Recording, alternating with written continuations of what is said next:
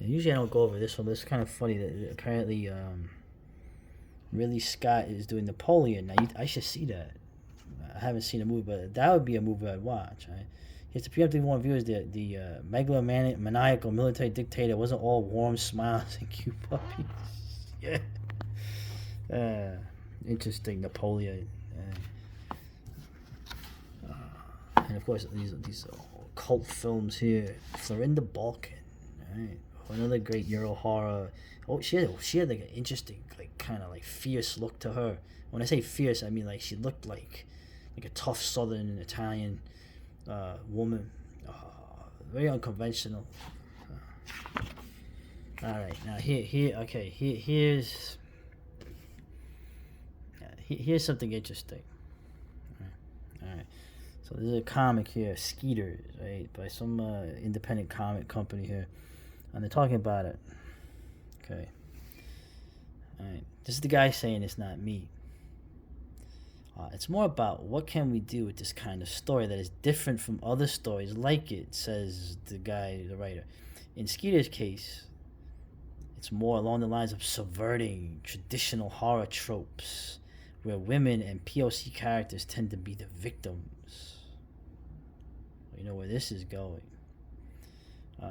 The majority of people killed in horror films are still white males, my friend. In our story, these characters are the heroes and the victims are the residents of this town that is populated by more well-to-do white folks. So the thought was, how creatively can Kelly, I assume that's the artist, how creatively can Kelly kill off rich white people? And as you all see, Kelly does a fantastic job of giving you all the gore that demographic deserves. Whoa, bro, are you kidding? You can't say that, bro. I mean, are you kidding me, man? Of course not. Uh, Now I could go into the nuance of your problems are from upper middle class white bourgeois people, okay, who are mostly the people that make all this stuff, by the way, and who consume this stuff. But that's neither here nor there. That's not what he means. Yeah. Are you kidding me, man? I mean, you'd be killing a lot of Democrats, amongst other things, other people. Just say it. So, dude, that even took that. Man, are you serious? That got through. Interesting. No funny stuff. No, satire. You gotta be kidding me, man. So you have here, you got some woman, some devil, getting her what she deserves. It's like, oh man. We got some books here. This looked interesting. Vampires of El Norte. Okay, it sounds like it's a historical, supernatural drama. Okay, Mexican American author. Set up against the backdrop of the Mexican American War. Okay, Mexican American War is one of I mean, it's not really well represented other than the Alamo. Right? But it's interesting how they bring it up in this. The Yankees push southwards. It just seems like an interesting novel because despite what everyone says, I'm one of those guys. Yeah, I'm a right wing guy. But the Spanish part of America. I mean, the Mexican American War was it's like another country taking territory after a war, right? So. Of course, Nana's choices and actions occasionally border on frustratingly, yet are likely in line with those of a woman of her era. Okay, so that's cool. But the Mexican American War was fucking bullshit. So, and they're taking it back. So, and I know you're getting mad at me saying that, but Haunted Holidays. Now, of course, it's the December issue too. I thought it was interesting. You look at the holidays here. There's one holiday that never seems to quite get a horror treatment. Which holiday is that? of course, I'm talking about Kwanzaa. So, and I don't see where's that Kwanzaa? Where's the Kwanzaa candles? Very disappointed. And this is just a story. I want to see a movie about that holiday. And I'll show you why in the end. So we got here. Yeah, this is always interesting when they show artists because these are all artists, you know, literally DIY.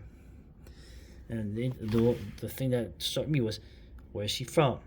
I am from Gravesend, Brooklyn. Yes, it's a real place. Yeah, I know very well. I did a video a long time ago showing the cemetery by the train tracks and the body shop. Right? It's home to the local poltergeist and founder, Lady Deborah Ann Moody. Right? Deborah Moody. I heard stories about the ghosts. I had forgotten about them. Right? Of course, I showed you in the video the 7th century graveyard. I don't even know if I have that up. I don't think so. But anyway, Gravesend. Okay, the my neighborhood, my home town neighborhood. All right, finishing up with the music. This is interesting. Gentleman from Mexico, right? Best known story. Arkham, check this out. A bit of metafiction. The story revolves around fictional characters who exist in a world where the weird fiction genre as we know it exists. For example, a Mexican man who may or may not be the reincarnation of H.P. Lovecraft. That sounds kind of cool. Yeah. And you know what? You always see, like, for Halloween stuff, you always see Midnight Syndicate, right? I had no idea who they were, right? Like, you know, Mannheim Steamroller or what's the other one? The Sabotage became the hell's that group? I can't waste time remembering it. They do the Christmas music with the heavy metal guitar. Anyway, Midnight Syndicate, the Cleveland-based neoclassical duo. So that's what they are. Interesting. So you always see these like in the Party Cities and the Halloween stores. Coming back here. This sounds cool. I always like the 70s rock. And you're like, who? Courtney Gaines. Who the hell is this? This is Malachi. Yo, Malachi.